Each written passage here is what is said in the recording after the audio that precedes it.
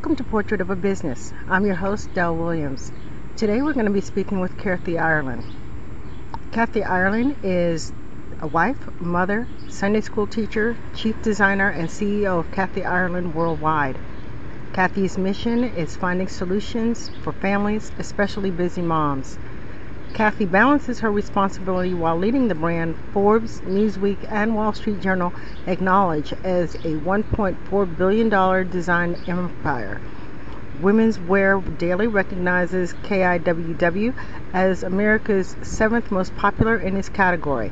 House Beautiful celebrates KIWW as one of the 25 great furniture collections in America.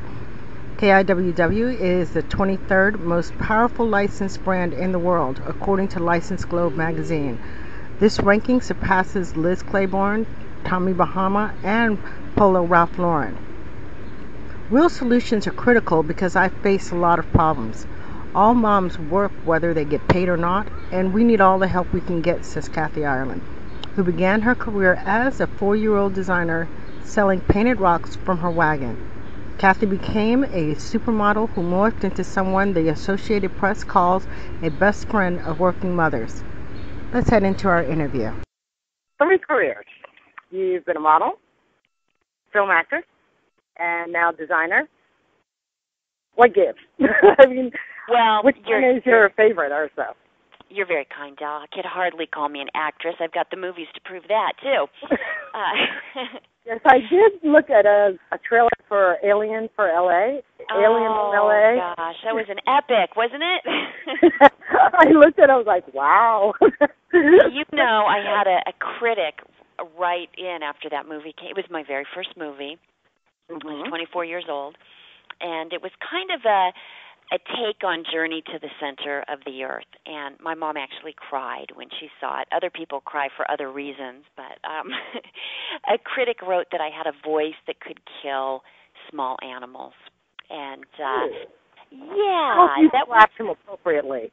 Well, no, I didn't. I was so shy, and I was so hurt and shy. I didn't do anything. And I should have reached out to him. I should have written to him, because now when people criticize me, I do. And sometimes when I write to them, I thank them because they've shared their opinion. Whether or not I agree with it, they've taken the time to share their opinion. And thank you doesn't mean you agree with it. It simply is acknowledging that they've shared something with you.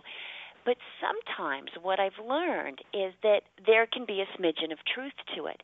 And maybe the message was not delivered in an appropriate way.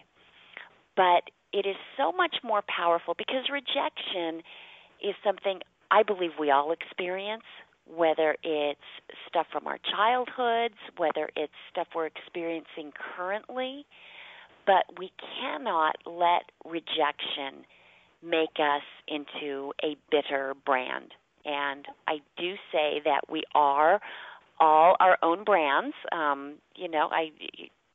Yes, we have a brand today, and people might think I'm nuts saying, I'm not a brand, I'm a person. Well, yes, you're a person, but you're also a brand.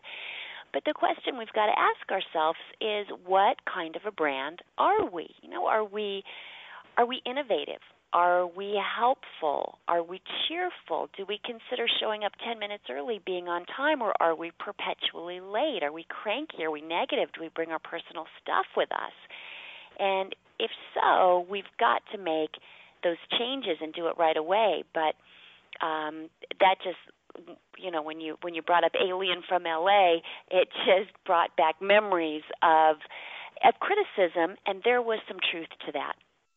If I don't imagine many people have ever seen that movie, but my voice is very high in the movie. It's very high, and I did some work on it, not just because of that, but I couldn't even order a pizza. They would say, we need to speak to your mom or your dad, and I said, I'm an adult, and I couldn't even get a pizza. So by listening to that criticism, I was able to discern that there was some truth to it, even though it was delivered in a cruel way, and work through it and use it as a gift. And I never, ever would have believed that public speaking would become any part of my life. My former job description, you mentioned modeling, that job description was to shut up and pose. and then the acting, saying I had a voice that could kill small animals. So it's just, life is interesting, and I'm really grateful for the opportunities. And there's so many opportunities out there, but so oftentimes I think we close doors ourselves, and oftentimes it's our own inner critic. I know I've got one, but it's really kind of getting over that, taking our eyes off ourselves, and moving forward with those dreams. Got to have a plan in place and a timetable, but not letting silly things get in our way. You said once that you have to re-audition every day. What do you mean by that? Oh, I audition for my job every day. We can never sit back on yesterday's successes. I was just on the road last week and making phone calls, and yes, I like to think that my cell connection wasn't very good and kept cutting out, but I can't live in denial. I know I got hung up on a couple times here and there. It still happens, but it doesn't mean that we give up or that we stop fighting for what we believe in and working towards accomplishing our goals. But I work very hard, and something I share with our team, it's so interesting. I'm just mindful that if people have an awareness of me at all, it's in a very fragmented kind of way. Some people might think of me as the model person from the last century, and what's she doing? What's she going to talk to us about? And sure, I could share some poses or some modeling secrets. My biggest secret is a great photo retoucher, and that's it. But it's I share with our team constantly. We started our team, our company, in 1993 with a pair of socks, and I tell them if any of us were dependent on any little bit of celebrity that maybe I had in the last century, we'd all be unemployed. And our team knows that to be true. We built a business that has nothing to do with my appearance. It has nothing to do with what I used to do for a living, but it's all about finding solutions for families, especially busy moms. And how did you come up with that motto? Well, when our first child, was born, that mission really crystallized because my life changed instantly, dramatically. I mean, suddenly things I had taken for granted, things like taking a shower, became a huge luxury. And I realized very quickly how underserved busy moms are. And all moms work whether they get paid or not, and that's something I share a lot. I believe that. I can't think of anything more difficult or important than raising children. And I changed my mind several times growing up what I wanted to do when I grew up, but one thing I always knew I wanted to do was to be a mom, and to be able to be in service to moms. It's wonderful. And I love my boss. I tell people I've got the toughest boss in the world, and I love her, and she's very direct with me. She's right to the point. She is not shy. She tells me when I'm doing it right, and she tells me when I'm not. She tells me when I really need to make some changes, and I love that. I learn from her.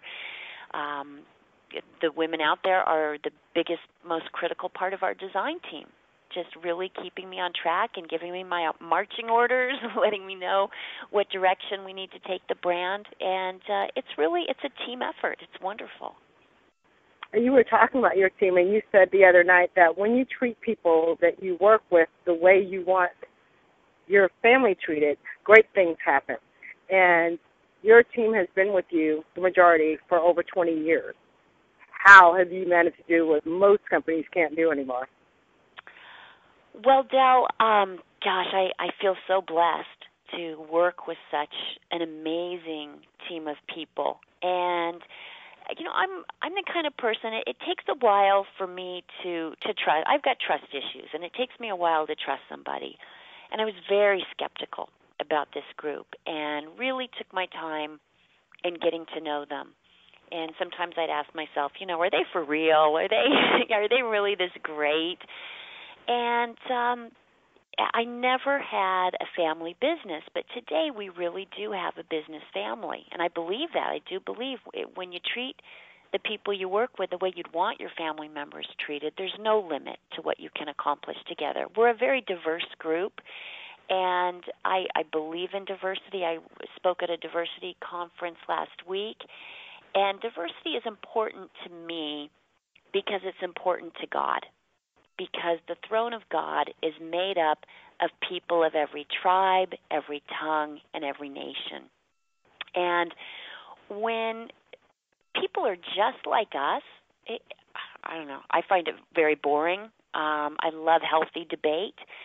It causes me to grow and learn. It's important to know where you stand and to know what your values are and to hold firm and hold tight to that. But that shouldn't cause us fear. It's something we need to be very mindful. We don't want anybody leading us away from our values, and if we're not feeling in a strong place, you've got to protect yourself there. But I'm talking about when you're supported and you've got your core values in line to engage with people with different points of view. It's exciting. And it's wonderful with different backgrounds, different life experiences. And I really think that's one of the secrets to our team's success, because everyone is bringing something entirely different to the table. Everybody's got a different point of view. If everyone were just like me, it would not work. It would be so boring, and it would just be pathetic. But having this diverse team, it's wonderful.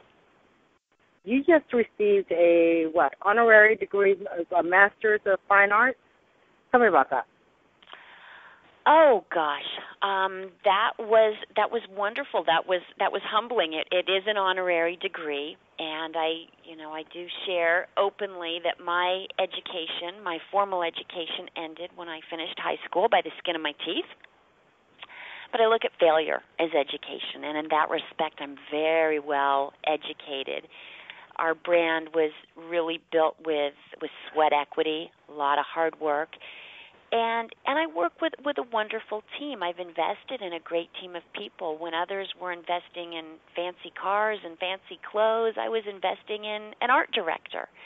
I know my strengths. I'm also painfully aware of my weaknesses. And I think as women, sometimes we try to do it all. We try to just, I can do it. We take on more and more. It's okay to ask for help. It's good to ask for help. And that's why I really love working with a team. And we do have team members who do actually have master's degrees in fine arts. Mine is honorary, and I love it, and I cherish it, and it's a wonderful honor that I love. But I really, I approach design from a busy mom point of view.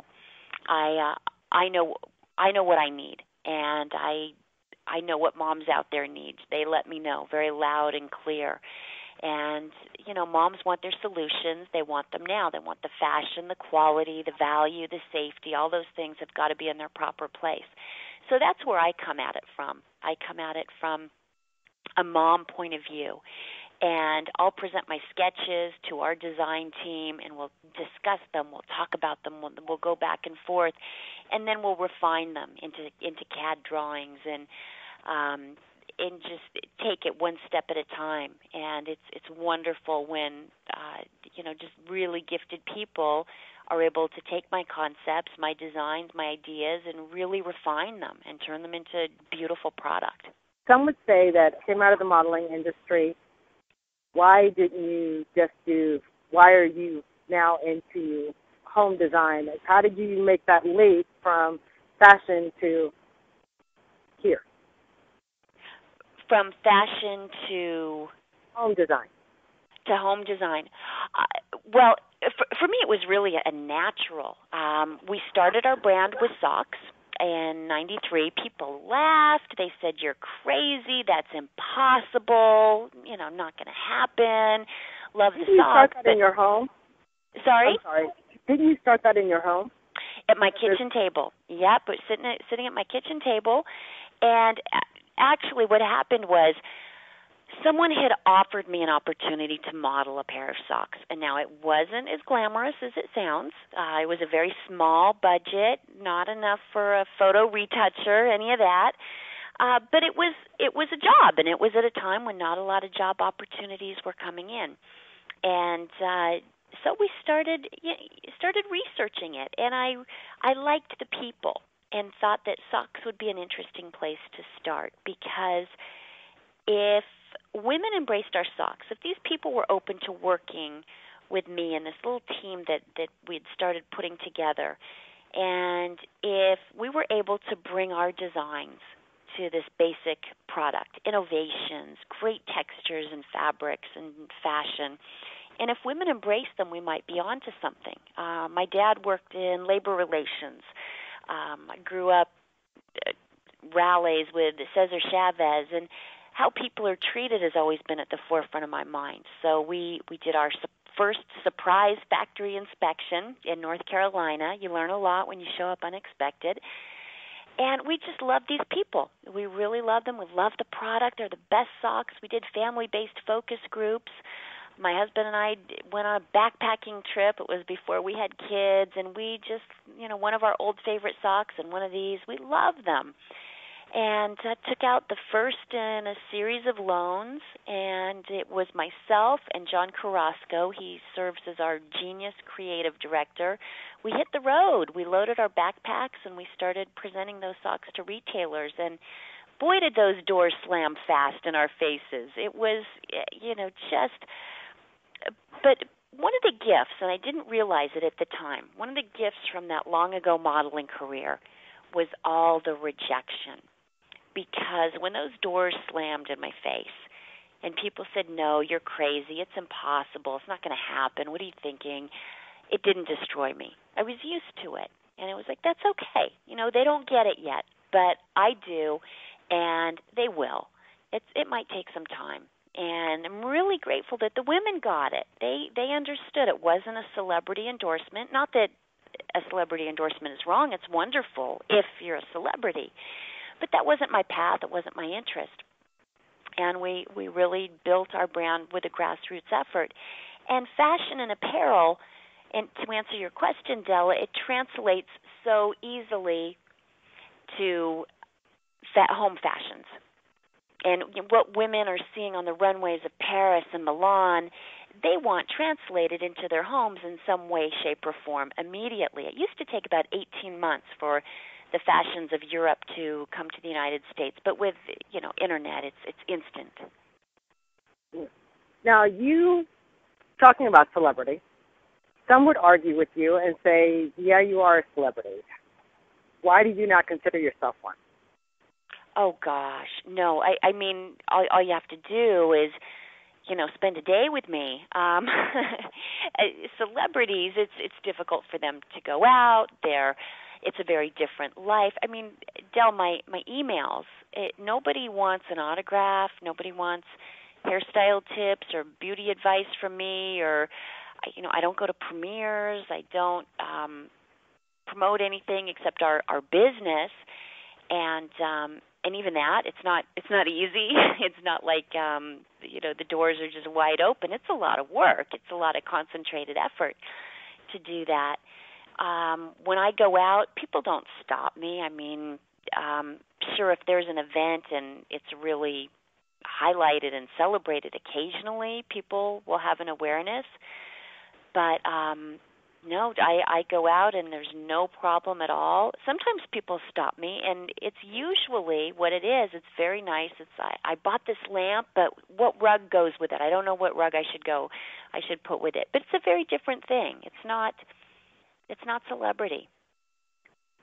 Forbes called you the latter-day Martha Stewart without the storied bitchiness and felony conviction. What did you think of that? Oh, gosh. Well, they were being funny. Martha Stewart, my goodness, she is a woman who has built such a powerful brand, and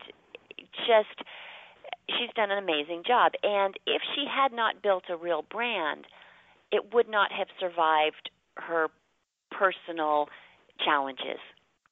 But despite the challenges that she went through, her brand is doing great. So she really is a great example of somebody who built a great and a strong brand. And people were asking me when she was serving her time, they were saying, what's going to happen? Is it over for her? And I said, no, she's going to come back stronger than ever. I just knew that she would. Her brand, I take it as a great compliment that Forbes put us in the same sentence together. Our brands are very different.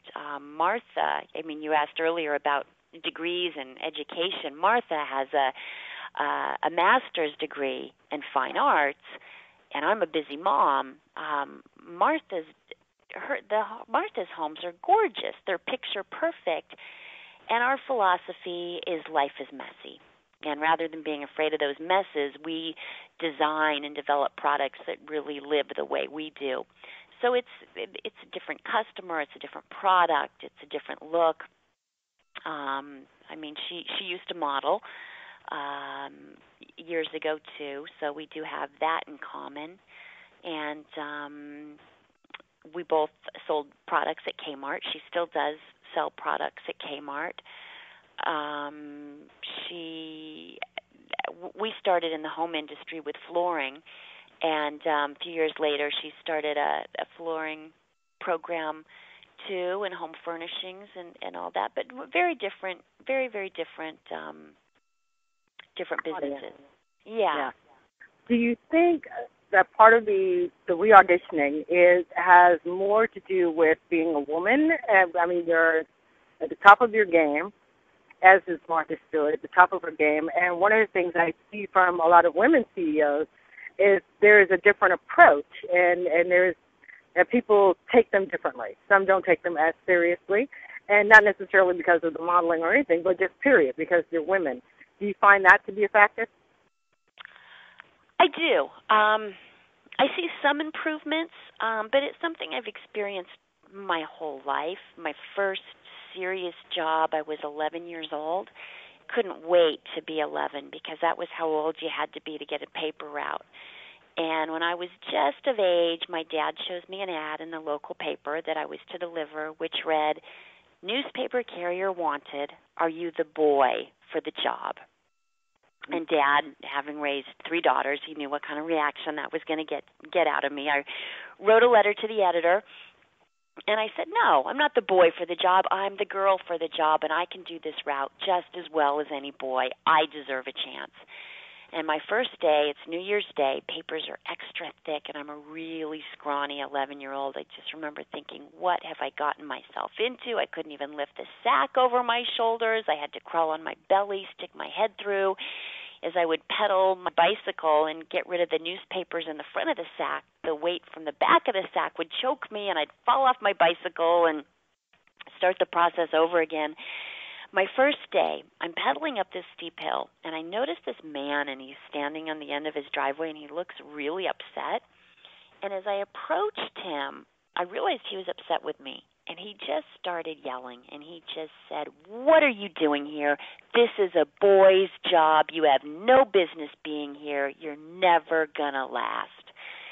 And I didn't let him see me cry, but to this day, I'm really grateful to him. Just like earlier we talked about the gentleman who said I had a voice that could kill small animals, and that ended up being a gift. This also was a gift. I disagree with this man's message and his communication skills, but I'm telling you, Del, there were days when I wanted to quit, and I wouldn't give him that satisfaction. And so for 3.5 years, each year I won Carrier of the Year for my district.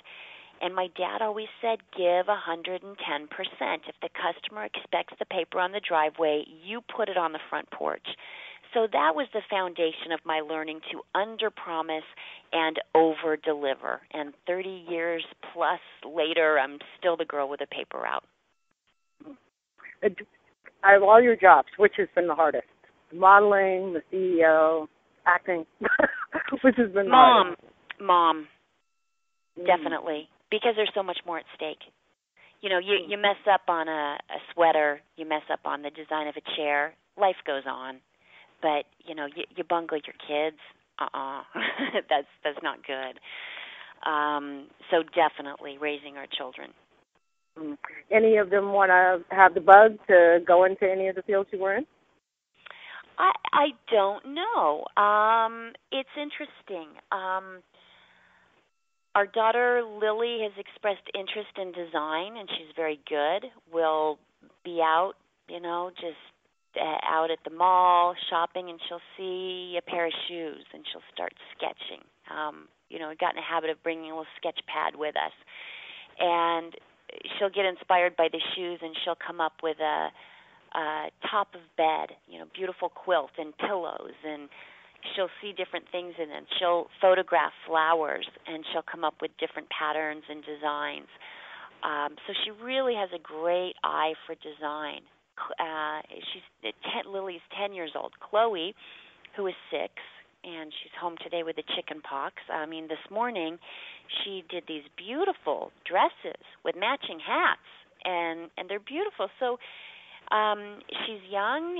It may change, but definitely they've expressed some interest in design. And our son Eric, who will be 15 on Saturday, it'll be interesting to see. He's got great interest in photography, great interest in marketing, interest in design as well, but I see him kind of leaning more towards the production end and the marketing end, and he's also very musical too. Actually, all our kids are. So we'll see. It'll be interesting. Now, you said, love you said, right? Love you said. Let's see. You said that you wanted to talk about how plans change even with intent. What does that mean? I'm sorry, Del, I couldn't hear you. How plans change even with intent. Oh, yes. Life, one of the only constants in life is change. And it's something that it is so much more powerful to anticipate change, to initiate change, rather than be forced to react to it. And just being alert, being aware, and being adaptable. It's powerful, and it's an important way to live. Okay. You've been considered one of the 50 most influential people in fashion. Your company's earned 5 Good Housekeeping Awards. You've got Mother of the Year Award. I believe AP called you a best friend to working mothers. How do you do it all? Well, I don't. And I don't do it well every day. I've got plenty of days where I'm a complete disaster. And I certainly don't do it alone. I work with an amazing team, and a team of geniuses. I love our team, and they make it possible. Our brand bears my name, but it's the result of thousands of hours of work performed by many, many people. So, no, it's not like I just do it all. And many people ask me, well, how do you do it all, and can women have it all? And I do believe we can have it all, but not all at once. I really believe our lives come in seasons. And at every season of our life, we've got to prioritize our time. And that means stopping and thinking about what's important to you. What are your values? What are your priorities?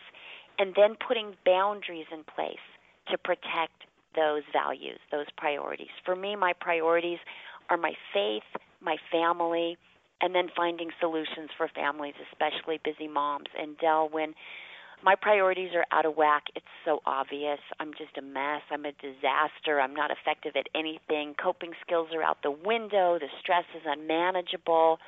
So I've got to live my priorities. And I have a quick fix, because I don't have a lot of time for stuff. But I just get a big sheet of paper. I get out my Sharpie pen and I write J-O-Y. And besides the J, it's Jesus. And under the J is the O, and that's others. And under the O is the Y, and that's you. So Jesus, others, you. And that's a quick fix to make sure my priorities are in line. If I'm not feeling the joy, I just look and think, okay, do I need to rearrange something? And every time that's the case. Now, you talk a lot about your faith. How did that come about, and how is it influencing how you do business? I mean, yeah. My faith is the cornerstone and the foundation of my life. I never want to exploit my faith. At the same time, it's who I am, so it's really difficult to communicate with people without it coming up. I had somebody return the book. She was upset because she didn't know that, she said, oh, there's so much faith stuff in here. And, and I was sorry that she felt misled, but I dedicate the book to my Lord and Savior, Jesus Christ. So that's a little bit of a telling tale. And I don't necessarily think of the book as a faith-based book. However, that's where I go to. That's my source, who I go to in every situation in life. So it's impossible for me to separate it, to take it out. I came to my faith. I don't remember a time that I didn't believe in God. However, I didn't know him. I didn't have a close relationship with him. We never had Bibles in our home growing up. When I was 18, my mom had become a Christian a year earlier, and I was in Paris. I had just started modeling, and it sounds so much more glamorous than it was. I was staying in a home where I didn't feel comfortable. It was late at night. I had jet lag, and I couldn't sleep, and boredom and loneliness, all that set in, and it caused me to pull a Bible out of my suitcase that my mom had packed in there without telling me, and never looked at one before. Maybe at the doctor's office, the picture Bibles, but that was really it. I randomly opened up to the Gospel of Matthew, and I started reading. And as I was reading, I just felt that my heart was being transformed. And I knew at that moment that I was holding the truth in my hands. And I was at an age, I was a teenager, I was rebellious, I was questioning authority. Well, who really knows what's right and what's wrong? And there was the truth right there in my hands.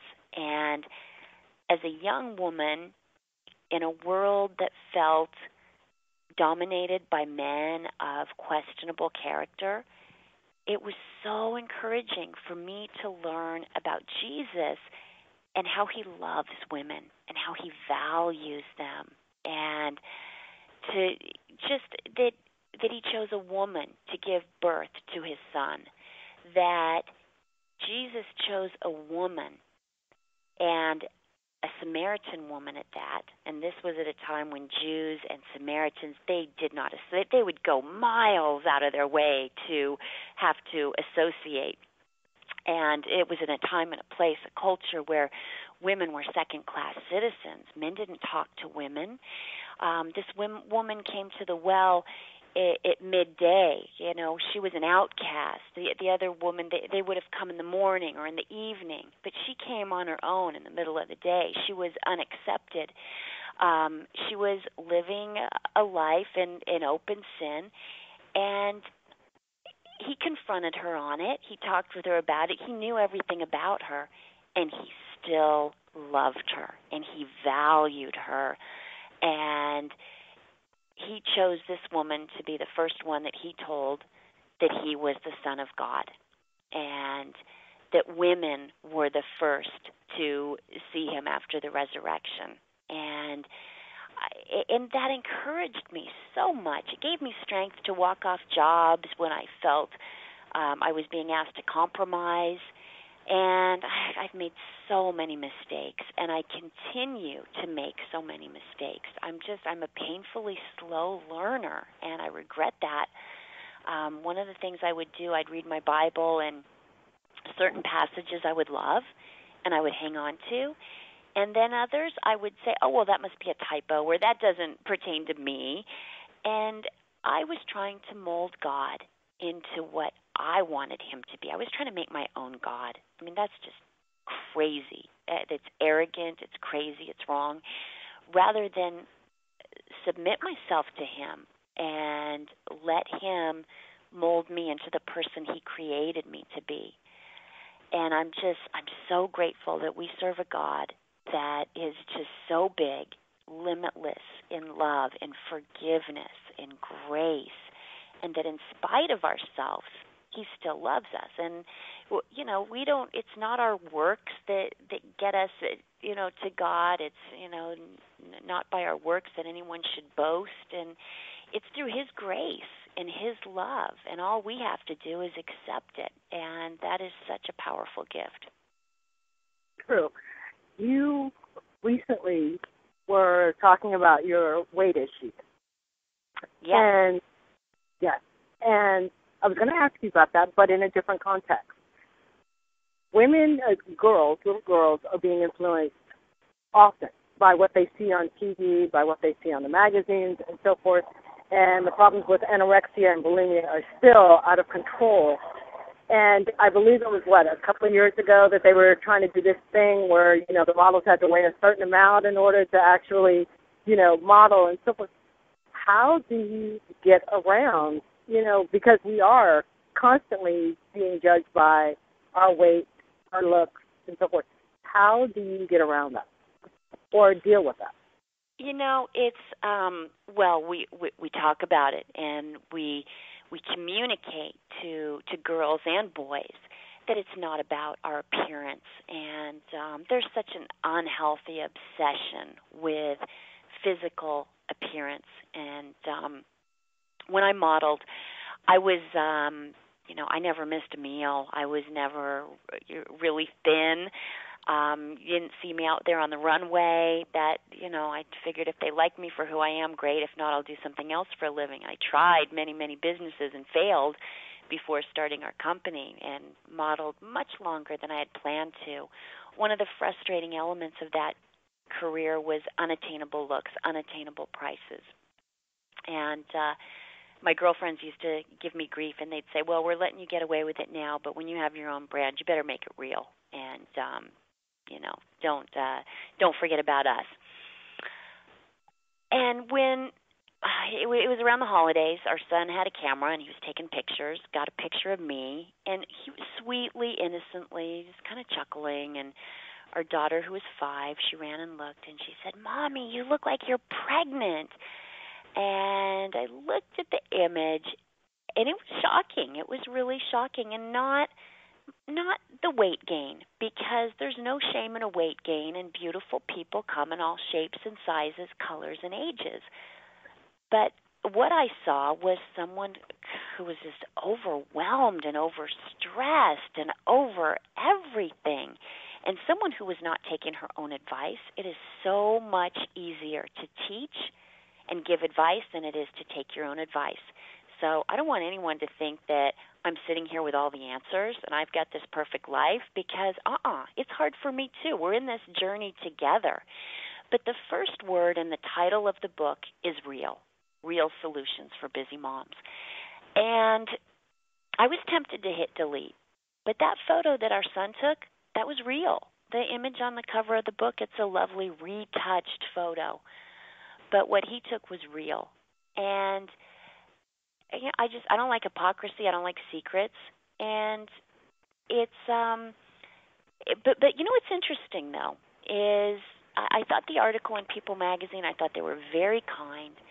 But since then, there have been so many questions like, well, are you going to squeeze into a bikini again? And have you come to peace with your appearance? It's like, first of all, I don't get my peace from my appearance. I didn't get my peace from my appearance when I modeled. If that was the case, I'd be in big trouble. And am I going to squeeze into a bikini? I mean, please, that's so irrelevant. And no, it's not it's not about that and what kind of messages are we sending to our kids. But what people weren't asking me, well, how's your health? It's an extra 25 pounds can take 10 years off your life. And, the metabolic syndrome, diabetes, high cholesterol, C-reactive protein levels, heart disease is the number one killer of women in America. And what I share in the book is when you get on an airplane, one of the first things a flight attendant says is put your own oxygen mask on first, then you can help those around you. And, here I am telling other women, make time for yourself, too. As women, we feel selfish and guilty if we take any time to care for ourselves. We're nurturers. We're taking care of everybody. And when we say our family is our priority, frequently we forget we're a member of that family, too. And it was a real wake-up call for me because I could see what was coming down the road. If I kept on that path, I could see, when menopause kicks in, 50, then 60, it wasn't going to be good if I kept on that path. And I intend to be healthy and strong. I want to be there for our kids and keep up with them and do things. I mean, people are counting on me, and I want to be there for them. And so it's more selfish to not take care of my health. And I had to learn that the hard way. Yeah.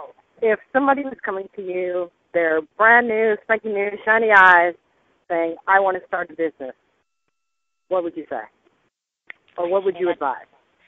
I would say that's wonderful. And I'd say you've got to answer some questions, though.